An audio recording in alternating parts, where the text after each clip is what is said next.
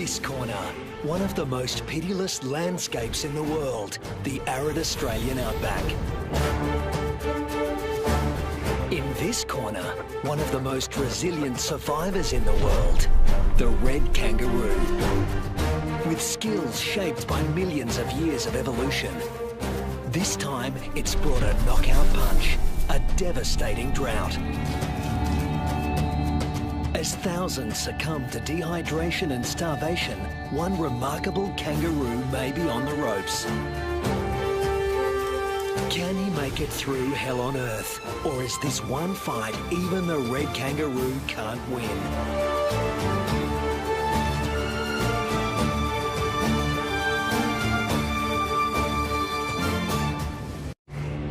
Australia, the oldest continent on the planet. Almost 3/4 of it looks like this. At its centre, it gets 5 inches of rain a year.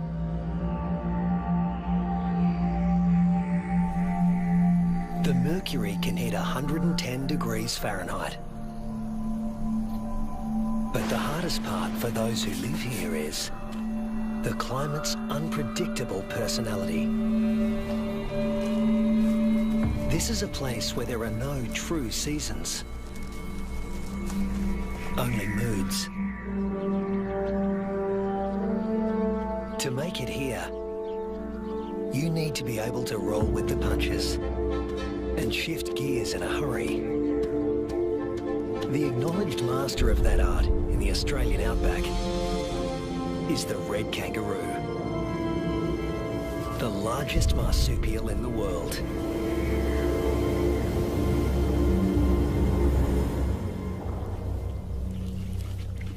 This female is pregnant.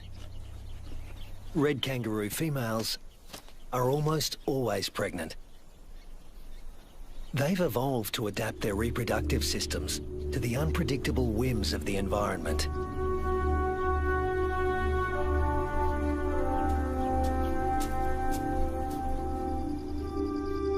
At any given moment, a female can have 3 offspring to care for, each at a different stage of development.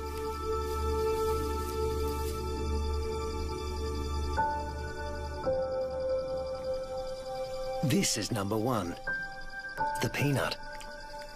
After 33 days developing in the womb, the newborn emerges as a blind, hairless, pink creature, roughly the size of a peanut. We call him Rusty.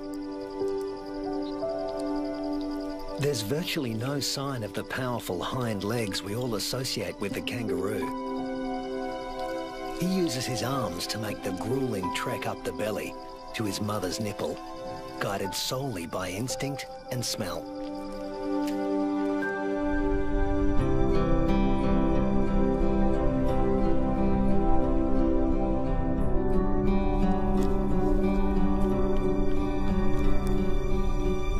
Almost immediately, the female goes into heat again, releasing hormones that stimulate ovulation. Once fertilized, the mother's endocrine system puts the development of this new embryo on hold. That's number 2. Its progress won't be kick-started again until the peanut reduces his suckling. Number 3 is the joey, who's spending some time suckling from outside the pouch and some out on his own in the big wide world.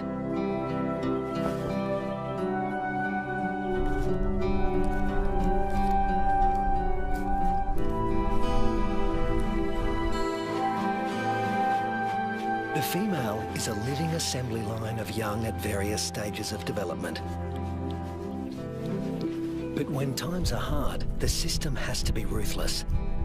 She will cut off nutrition to the peanut in her pouch, and when it dies, she'll restart the embryo's development to take his place.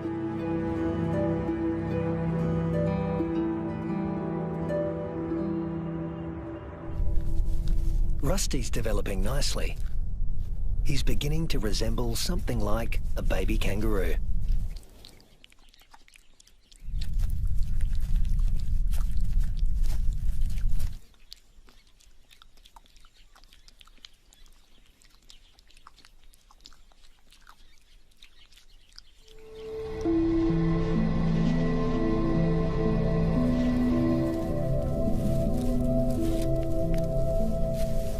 3 months old, he can hear all the sounds of the world he'll soon be inhabiting. It's all so unfamiliar. It's not surprising he'd prefer to stay in the pouch for just a while longer.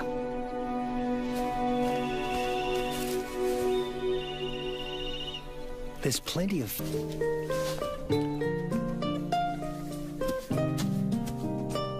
But Rusty's not the only one in the neighbourhood with a serious set of legs. An emu, the biggest native bird in Australia, announces his arrival.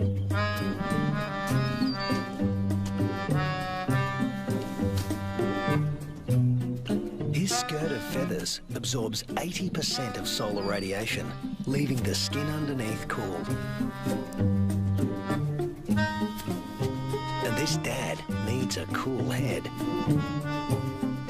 In the emu world, dads take on all parental responsibility. The chicks will be under his wing for 18 months. Not exactly the red kangaroo way. Males are pretty much deadbeat dads. They leave as soon as the young are conceived. Rusty also still relies on his mother for food and protection, so he tends to stay close. But apparently he's also got an independent streak. Maybe there's even more fun out there. Soon he leaves the rest of the mob and is in uncharted territory. Not a good place for a baby kangaroo to be.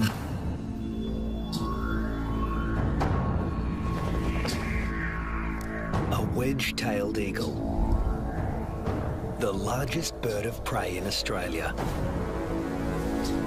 And it likes to take young kangaroos. Mum realises she doesn't know where Rusty is. But the eagle does.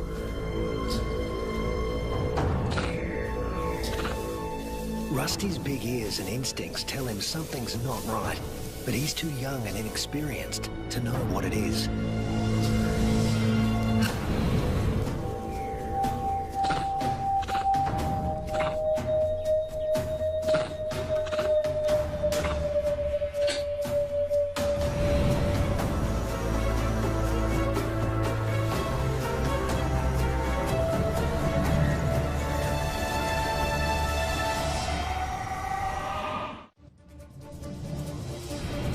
No sooner has Rusty left his mother's side than he's in trouble. With the bone-crushing power of her talons, the eagle could seize Rusty and drag him to his death. But suddenly, there's a flurry of panicked activity nearby. A rabbit is running for its life.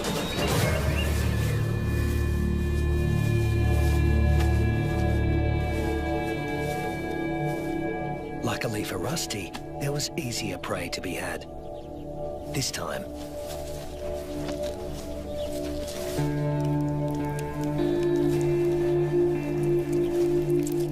red kangaroos and wedge-tailed eagles share the same territory.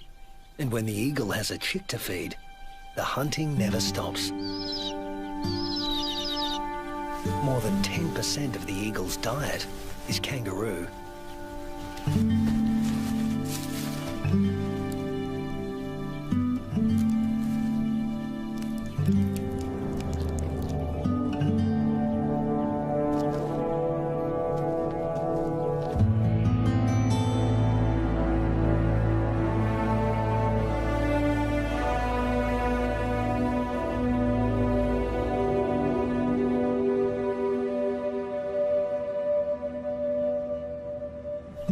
Rusty is now 8 months old and a full-fledged joey, a juvenile that spends all his time outside the pouch.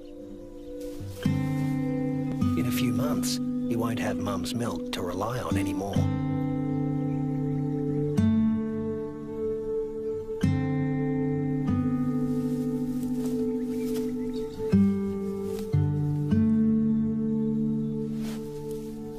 his mother will start tapering off his milk supply because there's another bun in the oven and it needs the nutrition.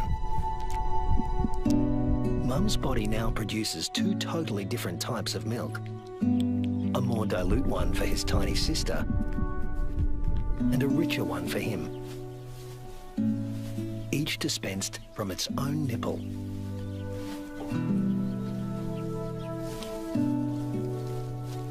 But males like Rusty are about 10% larger at weaning than the average female and are heavy drinkers.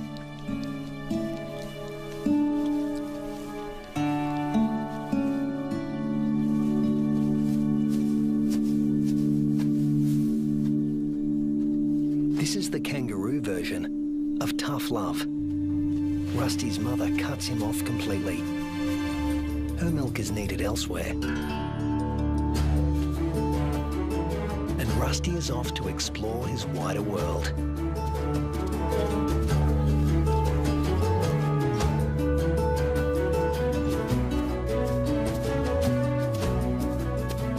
Before long, he happens on another group of kangaroos.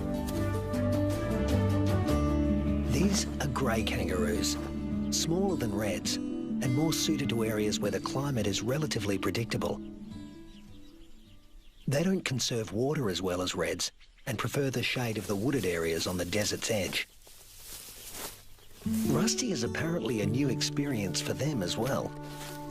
It's like a get-together with distant relatives you've heard of but never met. Slightly awkward.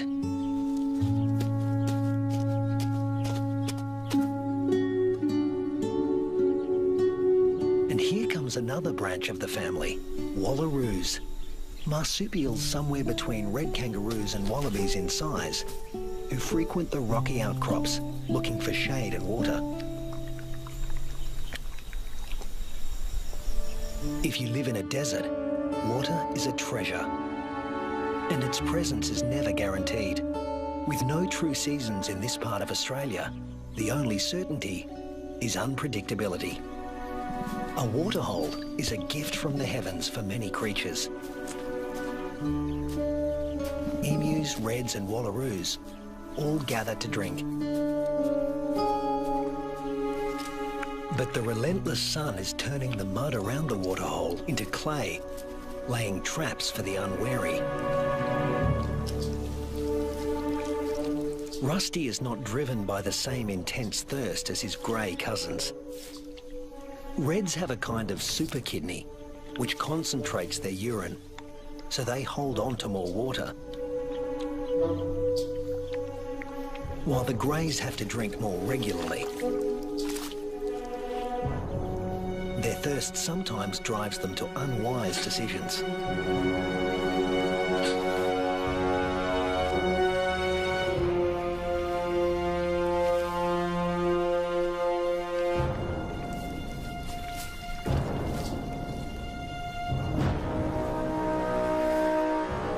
This young grey is in trouble, deep trouble, and he's drawing some unwanted attention.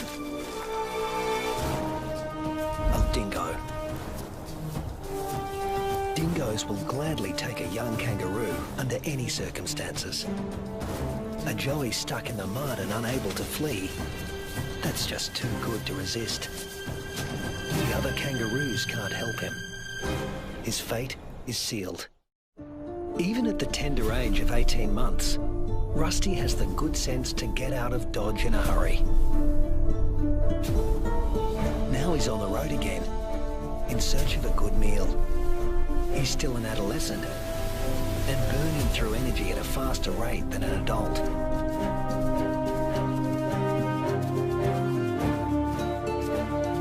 Kangaroo mobs can number in the hundreds, but this one is relatively small.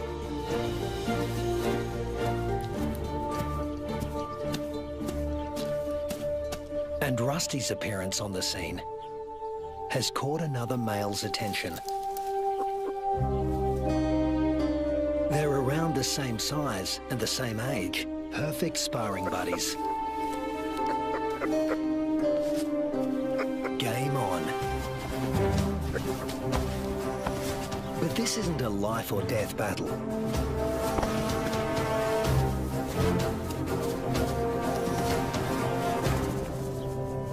What they learn here will be crucial in later life, when the stakes are higher.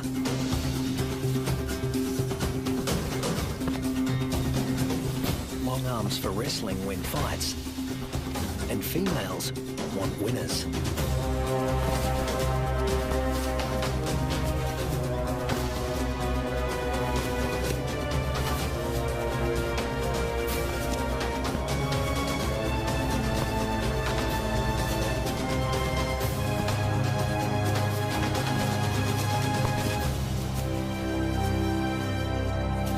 Rusty doesn't come out on top this time, but the boxing experience is invaluable.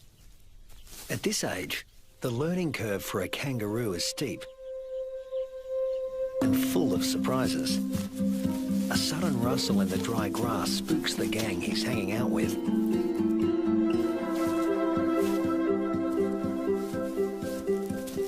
But Rusty's the curious type. A shingle-backed lizard, heavily armoured and with a thick tail that looks a lot like its head.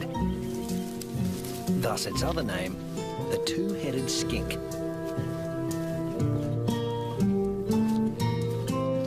Rusty wants to know what he's supposed to do with this.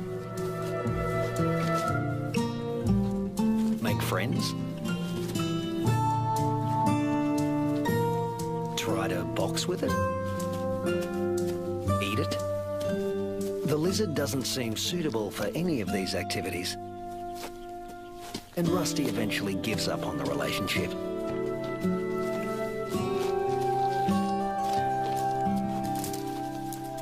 This part of the Central Australian outback has been hot and dry for weeks.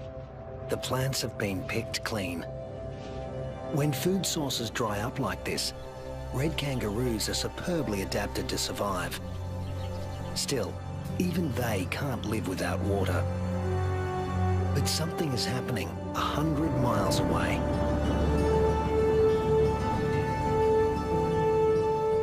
Where the sky has opened up and torrential rains are soaking the parched earth. These waters will end up in the Channel Country and be funneled inland hundreds of miles away from their origin. The channels are dry now, but because the region is low-lying, they won't be for long.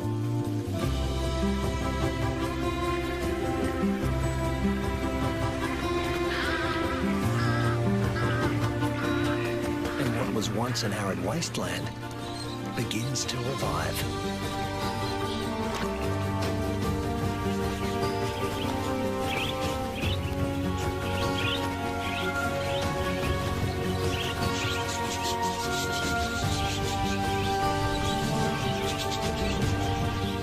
Swirling flocks of budgerigars to the dingo mum and her pups, all are drawn to the life-giving waters.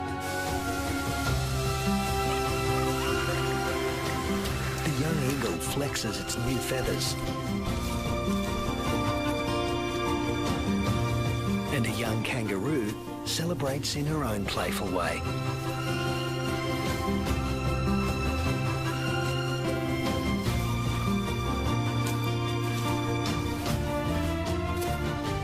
Are water guzzlers, and adults can drink up to 4 gallons a day. Like all emus, the chicks revel in a cooling bath.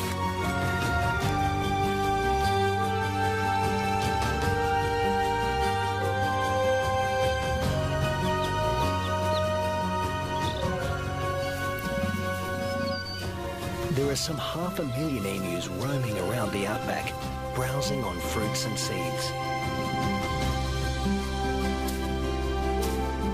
And what's good for the emus is also good for the rest of the ecosystem. As they move through the bush, they scatter the seeds of the flowers and fruit they've eaten along the way, which will sprout and become new plants.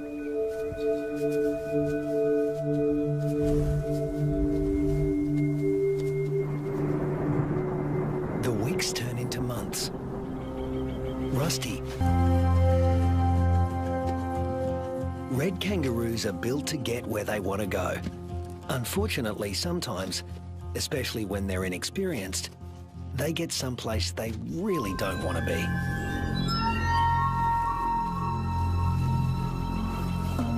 The inland taipan is the most toxic snake on Earth. There's enough venom in one bite to kill 100 full-grown men.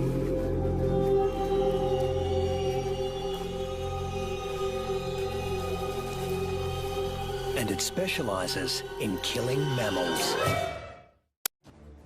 The Australian desert is the kingdom of the reptiles, but kangaroos know too well to leave all snakes alone.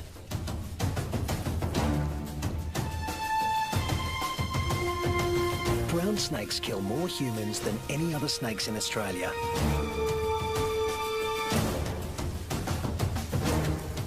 But it's not the biggest reptile in the neighbourhood. This is. The Parenti, reaching 8 feet long, venomous and fast on its feet. A large Parenti will eat a small kangaroo. But today, it's got its eye on an eastern brown snake.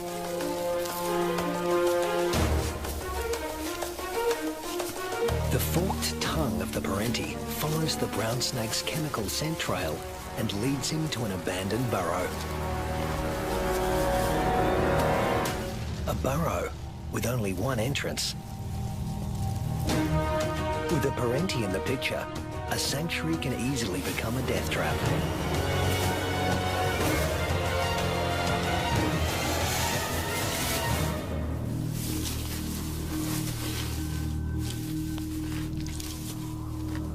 The body of one fearsome reptile disappears into the body of another.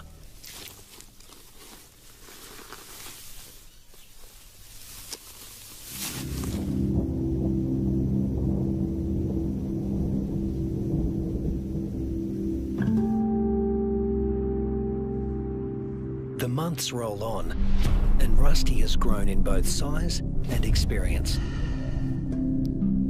He weighs 150 pounds now and has dozens of sparring matches under his belt. Today, he finds himself with a mob he's met before. The one with the tough male who intimidated him last time.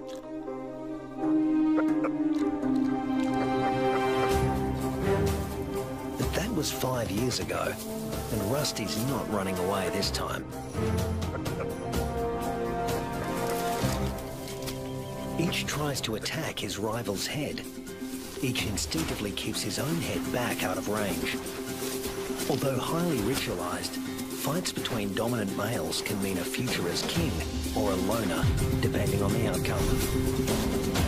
Testicles can be retracted. Don't want those damaged. Rusty, with the darker fur, is putting up a good fight, but the alpha male is more experienced. The females don't care who wins, just so long as he's got good genes. But Rusty is younger than his opponent and in top fighting form.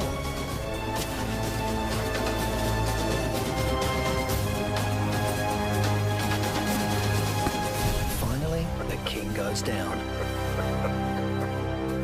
Now the mob is paying attention.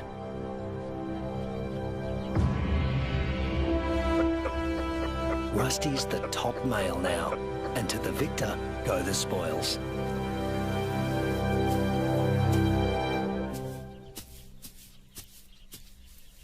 His first choice is this female, though he needs to give her urine the sniff test to make sure she's ovulating.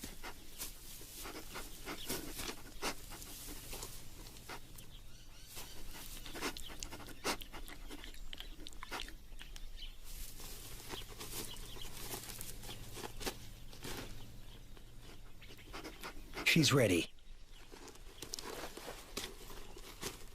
But Rusty has only a brief window of opportunity. She may only be receptive for a matter of hours. Better get to it. Mating doesn't take long, or wouldn't if there were only one female to consider. But Rusty's got miles to go before he sleeps. He's king kangaroo now, and in addition to regular mating duties, he'll have to fend off other young roos who'd like to knock him off his throne, just as he did his predecessor. But that's not all Rusty has to worry about. The temperature is soaring and the land is drying out. Evaporation is sucking the life out of everything, flora and fauna alike. You can never tell when the weather will change, only that it will. And that's the origin of some of the red kangaroo's most amazing adaptations. They're masters of heat regulation.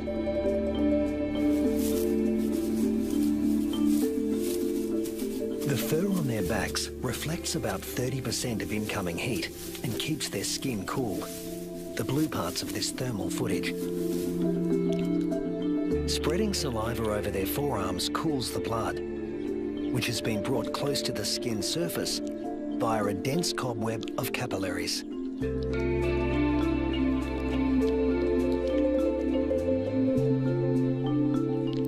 With temperatures simmering above 100 degrees for over a week, a third of the males have already become infertile. If these temperatures were to continue for 3 more months, the number would more than double. Reds defend their sperm by licking their scrotums to keep them cool. And in contrast to their battle strategy of retracting the scrotum, males let their testicles hang way down below their overheated trunks, keeping them about 7 degrees cooler than at their cores. The sand, even a few inches down, is cooler than at the surface. Red kangaroos dig until they reach cooler soil. And then...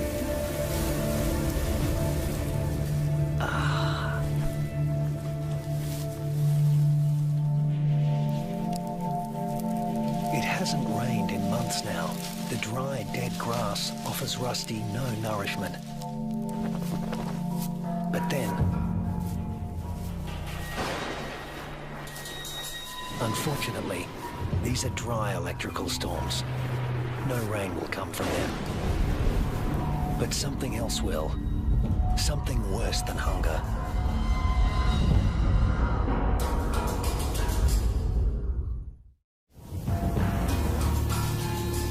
Lightning has ignited the dry grass of the outback. The kangaroos can easily outrun a grass fire. Almost 10% of arid Australia can burn like this in a single year. In a matter of hours, the fire consumes what little forage there is. Rusty has to move on. But there's really nowhere to go. Not this time. Parts of desert Australia are in the grip of a once-in-a-century drought, while heat waves smash temperature records.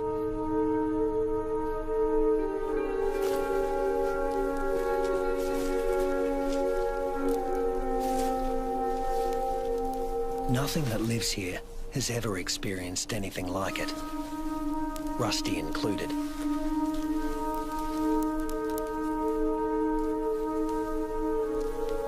Some are suffering from severe malnutrition and dehydration. But if anyone can survive this, it's a red kangaroo. Human bodies are about 60% water. Rusty's is over 70%. Even in a heat wave like this, he can survive levels of dehydration that would kill most humans.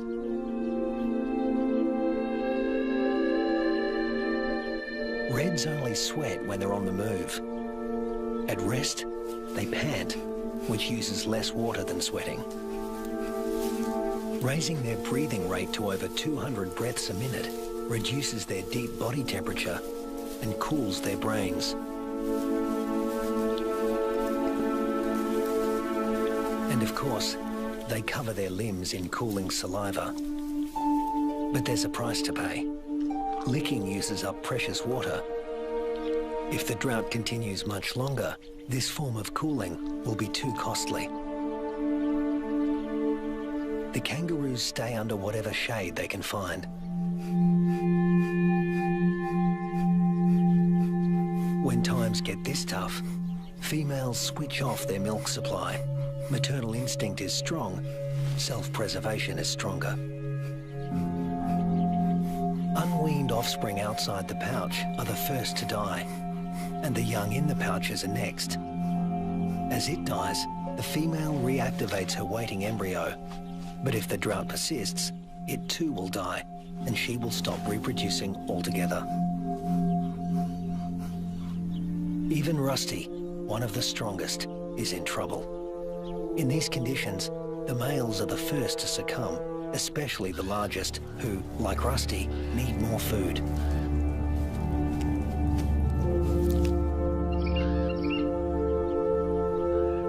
The demise of the red kangaroos is the wedge-tailed eagle's bounty.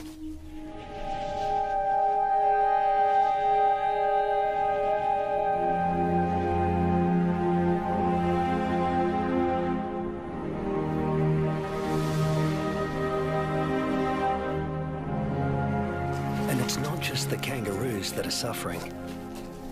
The drought is taking its toll everywhere. Predators turn on each other to protect a tiny piece of rancid meat.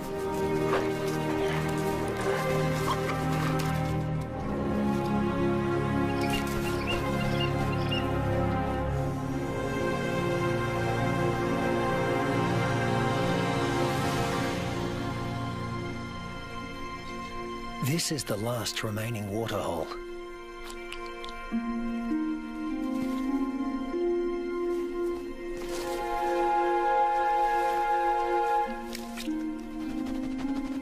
It's stagnant and salty. Ordinarily, the animals would never drink this water.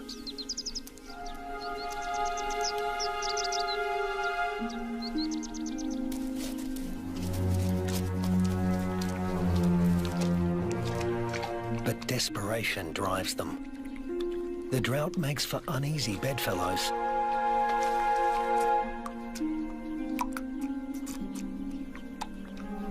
This is a sign of things to come. Heat waves in Australia are becoming hotter and more frequent.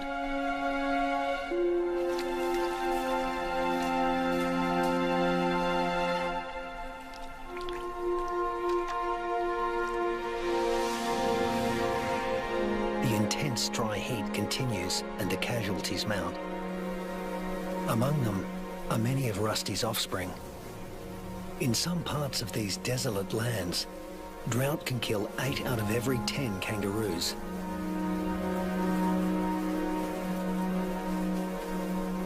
But Australia's desert inhabitants are a resilient bunch. After all, these may have been the hottest temperatures for the last 100 years. But these species have successfully weathered the climate for tens of thousands of years.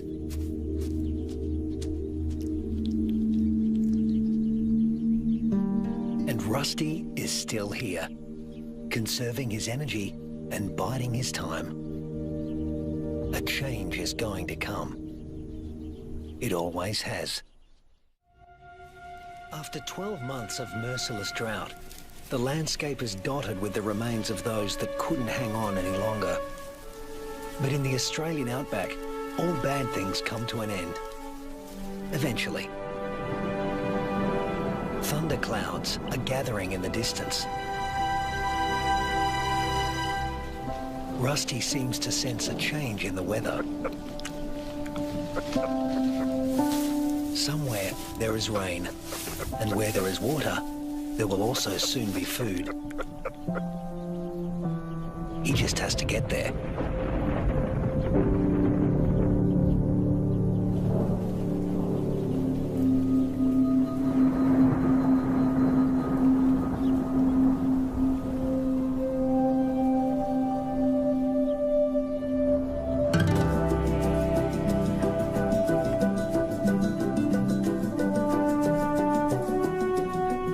With what remains of his ebbing strength, Rusty heads in the direction of a storm.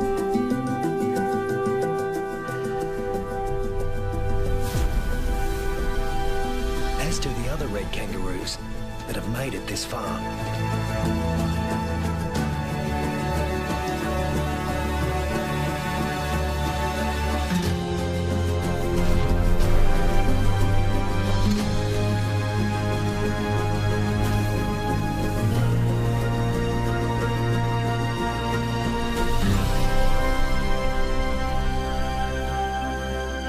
When Rusty reaches the area watered by the storms, he finds a world restored by rain.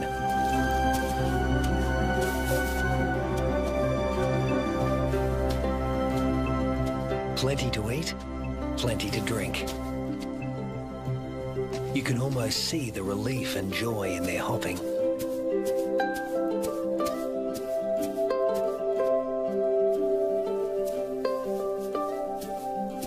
They will stay here and take in the nourishment. In only a few weeks, males and females will have their health restored, and soon they'll be ready to reproduce once again.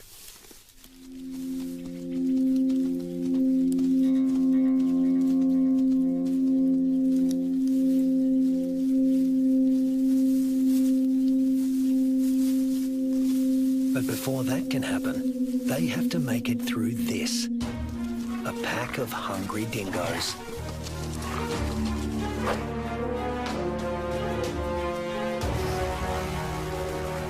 Hunting in a pack more than doubles a dingo's success rate. Normally, they go for the weakest kangaroos in the group. But a pack of this size can take down something bigger. Something like Rusty.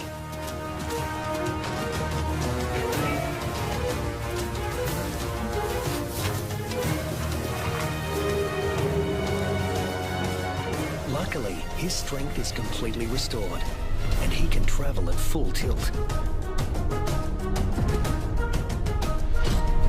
Rusty doesn't accelerate by bounding faster, but by bounding further.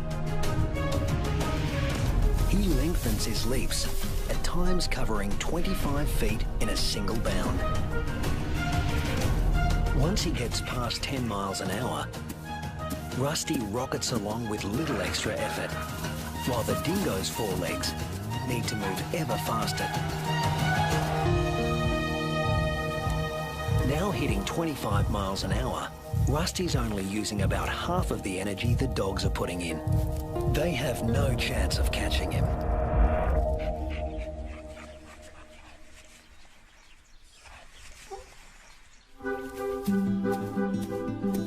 Now Rusty can turn his attention to replacing the offspring lost to the drought.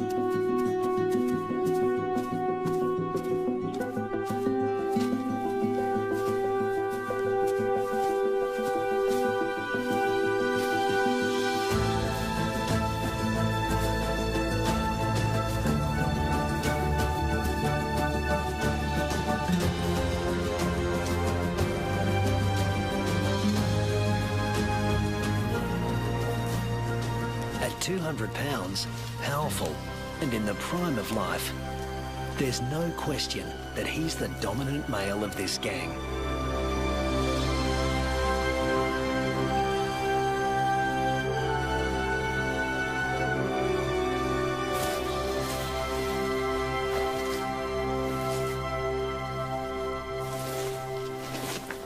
The young he-fathers will need an advantage to survive a world as harsh and unpredictable as this one.